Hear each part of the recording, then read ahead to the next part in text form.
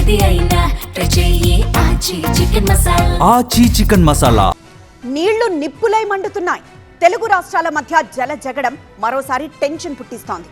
ఇదే అంశంపై తెలంగాణలో రాజకీయ పార్టీల మధ్య మాటల తూటాలు పేలుతున్నాయి. ఈ క్రమంలో అధికారులకు సీఎం రేవంత్ ఇచ్చిన డైరెక్షన్ ఏంటి?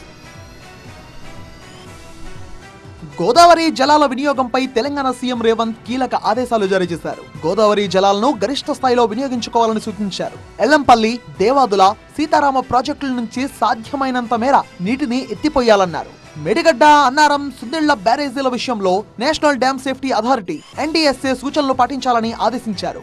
బ్యారేజీల సమస్యలపై ఏ విషయంలో అయినా NDSAను సంప్రదించాలన్నారు. మేడిగడ్డతో పాటు సుందిళ్ల బ్యారేజీలోనూ లోపాలు ఉన్నట్టుగా మంత్రి ఉత్తమ్ కుమార్ రెడ్డి వెల్లడించారు.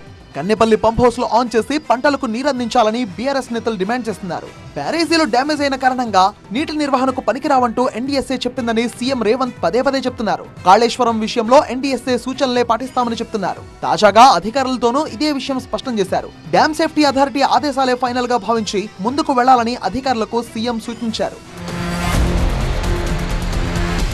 వచ్చి ఏడాది నుంచి కాళేశ్వరం ద్వారా పంటలకు నీరందిస్తామని ప్రభుత్వం చెబుతోంది. దేవాదుల నుంచి గతంలో ఎన్నడూ లేని విధంగా 9 పంపులతో ఎత్తిపోతలు చేపట్టామన్నారు మంత్రి ఉత్తమ్ కుమార్ రెడ్డి.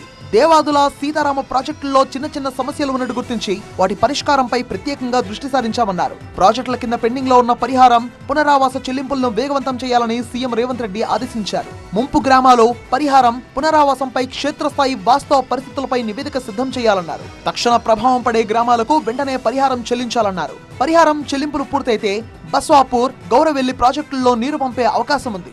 గట్టు, గూడెందొడ్డి ఎత్తిపోతల సామర్థ్యం పంపుపై సమగ్ర అధ్యయనం చేయాలన్నారు CM Revanth Reddy. Gudemdoddi pump storage ప్రాజెక్టుకు కన్సల్టెంట్ ను నియమించాలని సూచించారు. మంత్రి ఉత్తమ్ కుమార్ రెడ్డితో కలిసి సమీక్ష నిర్వహించిన సీఎం అధికారులకు దిశానిర్దేశం చేశారు.